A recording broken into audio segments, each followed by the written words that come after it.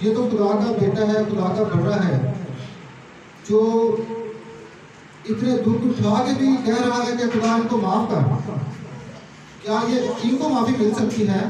تو میں نے تو اس کو کچھ نہیں کہا, میں نے تو اس کو کوڑے نہیں مارے, تو کیا مجھے معافی نہیں مل سکتی؟ جو میرے اپنے گناہ ہیں ان کی تو معافی مجھے مل سکتی ہے نا.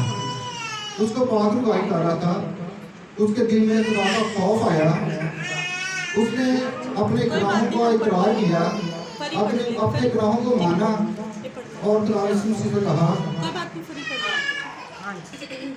کہ جب تو اپنی بادشاہی میں جائے تو مجھے بھی یاد کرنا.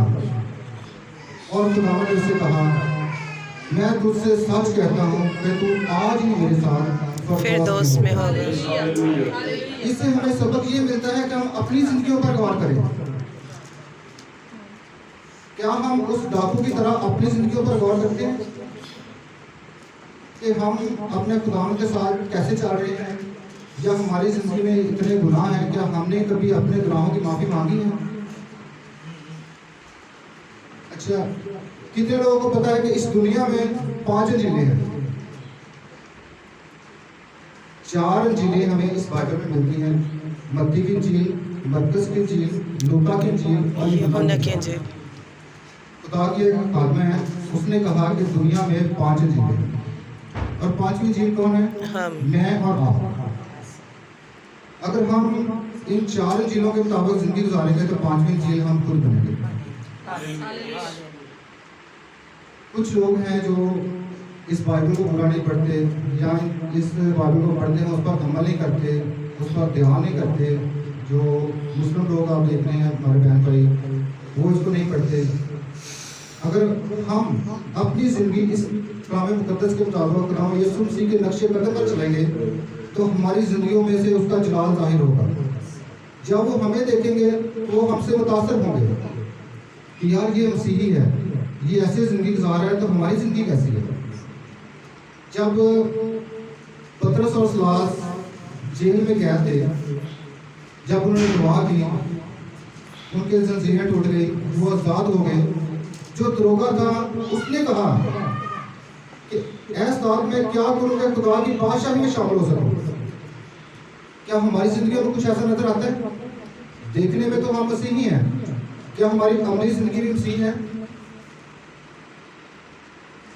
ہمارا دعائیں کرنا, کلام پڑھنا کوئی معنی نہیں رکھتا جب تک ہم اپنی زندگی میں اس پر عمل نہیں کریں گے. اپنی زندگی اپنے خدا کے نقش قدم پر نہیں چلا سکتے.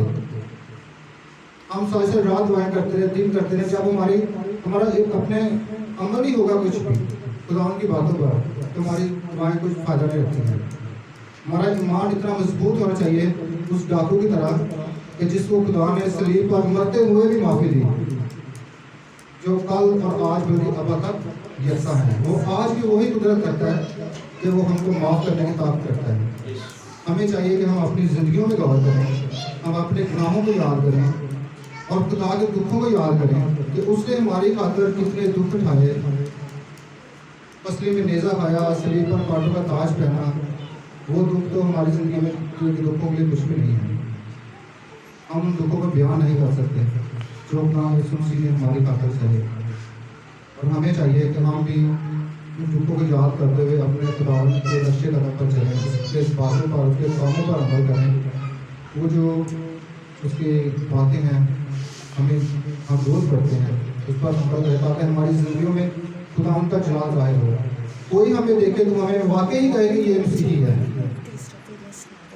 ہم اس ڈاکو کی طرح جو صلیب پر مر بھی رہا ہے مرنا چاہے, بلکہ اس دوسرے ڈاکو کی طرح وہ جو مرتے ہوئے بھی خدا یسوع مسیح کے ساتھ پر موت میں چلا گیا.